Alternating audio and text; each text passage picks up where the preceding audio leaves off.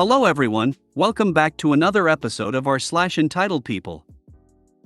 In today's episode, my family doesn't love my little brother because we don't give him enough money. Karen demands me to clean her data from a device she hasn't used. Elderly neighbor behaves like a child during parking disrupt. Before we get started, make sure to subscribe so you will never miss a video. So let's get started. My family doesn't love my little brother because we don't give him enough money. So I, 22F, have two twin siblings. Both of them are 17, one is a girl and one is a boy. This summer my dad asked them both to get summer jobs to earn spending money. My parents bought them both cars and pay for their gas to school and work. My sister got a job right away and has been making money since May. My brother, on the other hand, has not even started looking. Additionally, my brother just got a new girlfriend and has been using his car, that only takes premium gas and has 16 miles per gallon, to drive the hour commute to his girlfriend's house every day. My father recently told him that if he does not find a job, there will be no more gas money to get to his girlfriend's. This sparked a whole family fight about how nobody loves my brother because he doesn't get as much money as my sister and I. Meanwhile, my sister and I both have jobs, I work full-time, we take care of housework and dog sit the puppy, my brother begged for, while he goes off to hang out with his girlfriend all day, unemployed with no intention to help. And then he is confused when he doesn't get a check in the mail because my sister got a check from work, and it's only fair. He has been borrowing money from his girlfriend and her parents. Recently he has been asking my parents for $200 to buy a pair of shoes, and when they said no, he asked the girlfriend's parents. There is much more, but I'm curious if anybody else has had similar experiences with their siblings. My sister and I are able to understand the value of money and work to earn it, but he feels entitled to free money. You and your sister are both working and doing household chores. Your brother is doing absolutely nothing. No job. No chores. Yet he still is asking your parents for money. Good for them for saying no. Now he is borrowing money from his girlfriend and her parents. I sure hope they see the entitlement of your brother and don't lend him any money. They will never get it back. $200 for shoes? The pure audacity boggles my mind. Your brother needs a reality check real quick before he permanently turns into a leech. He won't have that GF for long if her parents have half a brain. Would have been the last time they came to my house if I were the GF's dad. Can't have someone without any sense driving my kid around. I can't even wrap my head around him asking the girlfriend and her parents for money. If I were those parents, it would be a huge red flag for me. The girlfriend too. I just don't understand why they'd put up with that. I just checked with my 19-year-old daughter, she busted out laughing and said, "Nope, throw that fish back, he stinks." Is your brother cognitively impaired?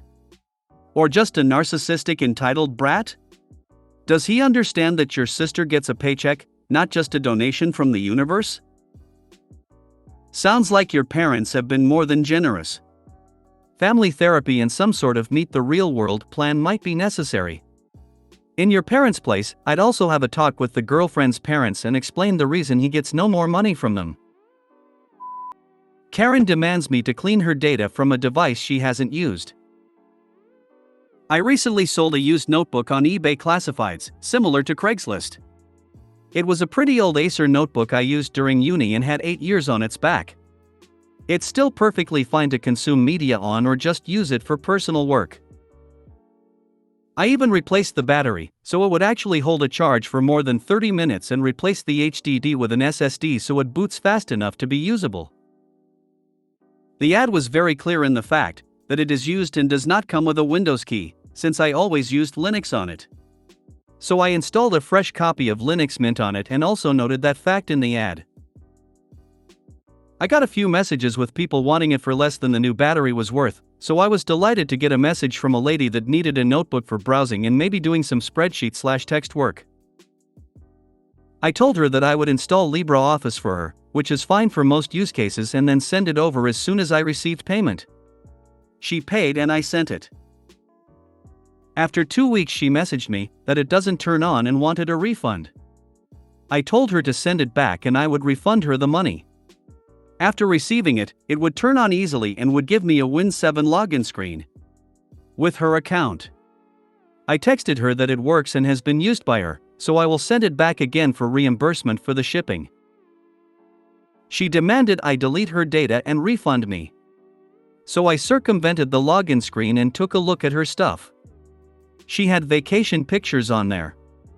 She took the thing onto a vacation, used it, and then just sent it back. After confronting her with all of this, she blocked me without getting the money back and tried to claim the money back instead with her bank. But since I could show all the receipts for shipping and successful delivery when my bank contacted me, they denied the claim and I haven't heard from her since. So I have €80 and a working laptop to sell. Screw you, Karen. I obviously deleted all her data by cleaning the drive with an eraser tool after this was over. I am not a criminal. Did she really think she'd claim it doesn't turn on and that trying to turn it on would not be the very first thing you try? I believe she did. You are not what you said you are. I think you went above and beyond. Kudos to you. Glad things worked out for you. That'll teach her a lesson. Elderly neighbor behaves like a child during parking disrupt. My housemate and I are in our 20s and live in a unit block with a remote-controlled gate and allocated parking spaces. It's pretty common for residents and tradespeople to park in the shared driveway inside or outside the gate for short periods of time while loading/unloading large items, since there's very rarely available street parking nearby and everyone is usually pretty chill about it. My housemate and I are moving and figured a way to get both of our cars into the car park to load with boxes/furniture so we don't have to be constantly shuffling cars. Our car spot is the one at the farthest end of the car park, next to the building. My car was parked there, and my housemate was parked behind me, which doesn't block the driveway or any other parking spot, only the one that belongs to me. We've spoken to the owners of the 2 closest parking spots about it, and they said it's totally fine because we only do it for short periods of time and anyway it doesn't block them getting in or out of their spots. This morning while we were inside getting boxes, our elderly neighbor from 3 spots down took offense to the fact that my housemate's car wasn't in an allocated bay. So, he decided to park across 2 other units' parking spaces to block us in. We came outside, finished packing, and tried to get out around his car, but there wasn't enough room, so we found out whose car it was and my housemate went to knock on the door.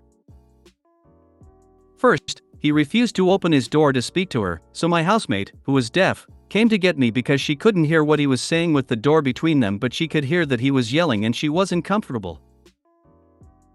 I went to talk to him and he also yelled at me through the door and wouldn't open it to speak to me until I specifically asked if he could so we could work it out face to face.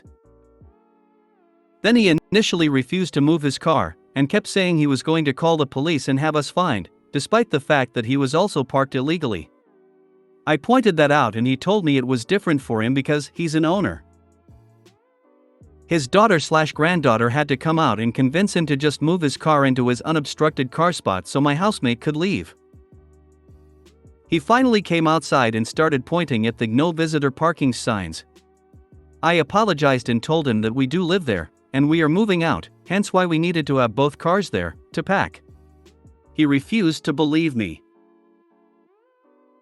I have met this man several times, and introduced myself by name and unit number, and I say hello every time I see him around, but I guess he didn't remember my face because he was convinced we were guests, and demanding to know who we were visiting and how we got through the gate.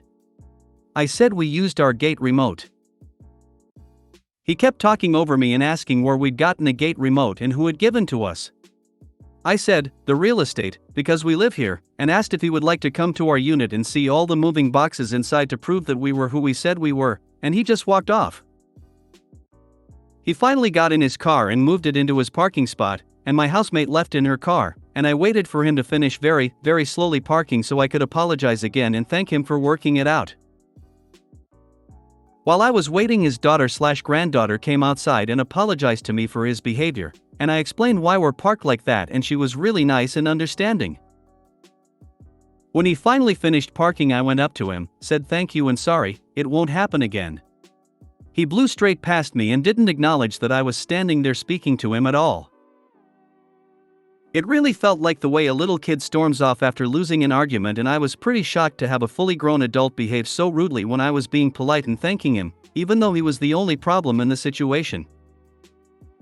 The kicker is, my housemate's car was nowhere near his parking spot, and not obstructing anything, it just wasn't in an allocated bay.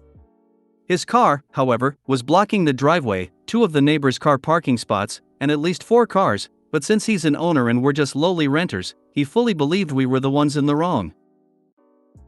Your elderly neighbor is temperamental, easily confused and forgetful. That sounds an awful lot like dementia/Alzheimer, so I wouldn't judge him too harshly. This is kind of what I was wondering when I posted this. The woman with him specifically said it's not usually his personality, but he's changing as he gets older. Thanks for the input. This is what I was going to say. Sure, sounds like dementia to me. This is classic behavior of someone with dementia or other cognitive issues. He didn't realize what he was doing, and when he got confused, he acted out. If you made it to the end of the video, thanks for watching. Don't forget to like, subscribe and share, and we will see you in the next video.